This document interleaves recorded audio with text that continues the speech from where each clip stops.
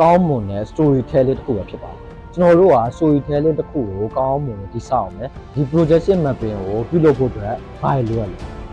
ဘာလိုလဲဆိုတော့ပထမအဆုံးအနေနဲ့ projector ကောင်းတစ်ခုလိုရပါတယ် projector ကောင်းတစ်ခုရပြီဆိုလို့ရှိရင်ကျွန်တော်တို့ကဒီ projector run နိုင်ဖို့အတွက် computer လိုအပ်တယ်ပြောလို့ရှိရင်ဒီ projection mapping မှာကျွန်တော်တို့ဖန်တီးနိုင်စွမ်းအားတွေလူသားတွေရဲ့ခံစားနိုင်တဲ့ဒီနှလုံးသားတစ်စုံလိုအပ်ပါတယ်ပြီးတော့ဒီ projection mapping မှာလုံးဝအဓိကကျပြီးတော့လိုအပ်တဲ့အရာတစ်ခုရှိပါတယ်အဲ့ဟာ